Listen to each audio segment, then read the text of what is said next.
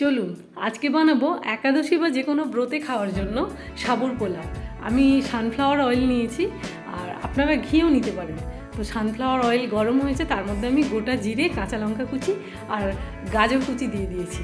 এরকমভাবে কুচি কুচি করে কেটে দেবো। গাজরটা যেহেতু একটু সেদ্ধ হতে দেরি হয়, সেহেতু আমি গাজরটা আগে একটু ভাজা ভাজা হয়েছে, তারপর আমি এর মধ্যে পাতলা পাতলা করে কেটে আলু দিয়ে দিয়েছি। আলুটাও ভাজা ভাজা হয়ে গেলে এর মধ্যে আমি ক্যাপসিকাম দিয়ে দেবো। এবার এটাও যখন একটু ভাজা ভাজা হয়ে যাবে, এর মধ্যে আমি আদা আর টমেটোকে গ্রেট করে নিয়েছিলাম, সেটাও এর মধ্যে আমি দিয়ে দিয়েছি। এটা খেতে খুব সুন্দর লাগে। আপনারা বাদাম দিতে পারেন। আজকে আমার বাদাম আমি দিইনি, আমি নর্মাল এমনি করেছি। আর সাবু হচ্ছে আমি ভিজিয়ে রেখেছিলাম, যতটা সাবু নিয়েছি ঠিক ততটা পর্যন্ত জল দিয়েছি। সারা রাত ভিজিয়ে রেখেছিলাম, সাবুটা পুরো ভিজে গেছে, সেহেতু এখানে আর জল দিতে লাগবে না।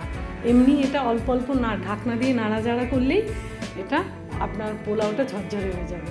আর যদি আপনারা মনে করেন এটা আপনারা খিচুড়ি বানাবেন, তাহলে এতে পরিমাণ মতো জল দিয়ে দেবেন, তাহলে এটা খিচুড়ি হয়ে যাবে। খেতে খুব সুন্দর লাগবে দুটো জিনিসই। প্রথমে মনে হবে কড়াইতে লেগে গেছে, কিন্তু এটা ঝরঝরে হয়েছে, এমনিতেই উঠে যাবে। এটা খুব খেতে ভালো লাগে। একাদশীর দিনকে বা যে কোনো ব্রতে আপনারা এটা বানাতে পারেন। চলুন আমি ভগবানের জন্য ভোগ লাগাবো। তো আমি কিছু ফলও কেটে রেখেছি, সেটাও আমি এটাকে সাজিয়ে ফেলব। আপেল আছে, মুসাম্বি লেবু আছে আর শশা আছে।